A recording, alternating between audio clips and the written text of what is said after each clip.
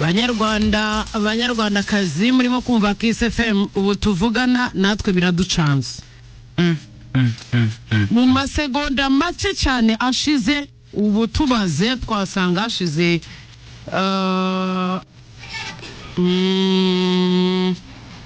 ni minota 29 ishize.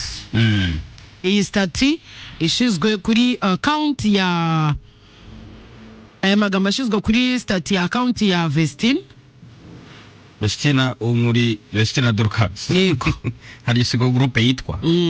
Yagize ati, today the life I'm living is not the life I chose.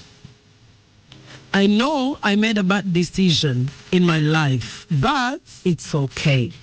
God allows some things to happen so we can learn. I have learned a lot. No man will ever lie to me again to destroy my life. The next man I choose to be with, I will first get to know him well, know his family, and know everything about him. No one will ever use me again. Ashiraona ka emoji karibu. Ati ngo uze tugenekereza mu Kinyarwanda. Ubuzima ndi kuba mose bwo buzima nifuje. Ndacyana hisemo. Ndi kubaho mu situation cyari nziza kandi ntabwo ari byo nkwiriye. Ati nahitsemo umwanzuro utari wo mu buzima bwanjye ariko ntacyo. Imana ijya yemera yuko hari ibintu biba mu buzima kugira ngo tubyigireho. Ati narize bihagije. Nta mugabo uzongera kumbeshya ukundi ngo yangize ubuzima bwanjye. Ati umugabo wundi nzahitamo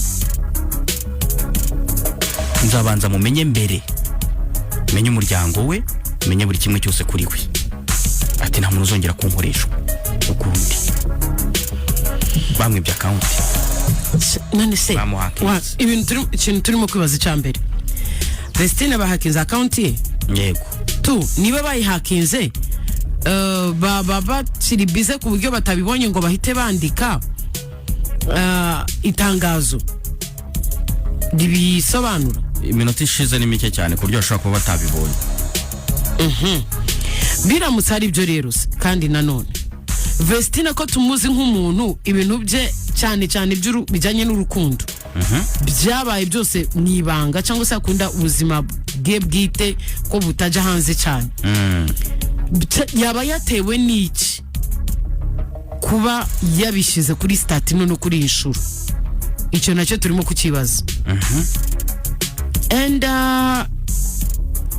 tukavuga se ikindi gihe ndimo kwibaza cyane.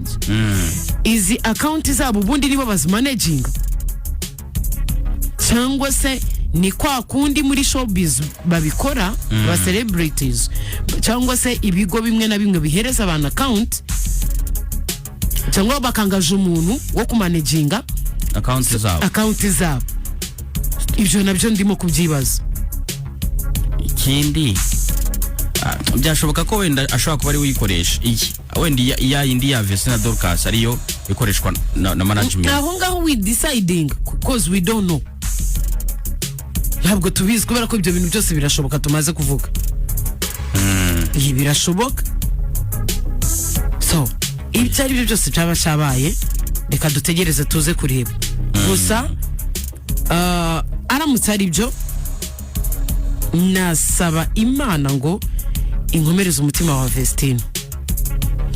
Aramutse atari byo basi bagerageza byihutirwa byihuse cyane kuba batanga itangazo risobanura icyaba cyangwa uko byagenze. Bashobora kuba baryamye kuko muri Edmonton ubu ngubu ni 6 z'ijoro. Cyangwa baracaryamye disi. Ni 6 z'ijoro. Kereka niba baraje ntitubimenye. Okay. Nta kindi twarenza abo nkatwe. Nkanjye nyirasenge we wo muri showbiz. Kanjye nka musaza we wo muri showbiz. Indirimbo yitwa ngo Kazime Imana inkunda. Reka tuyumve.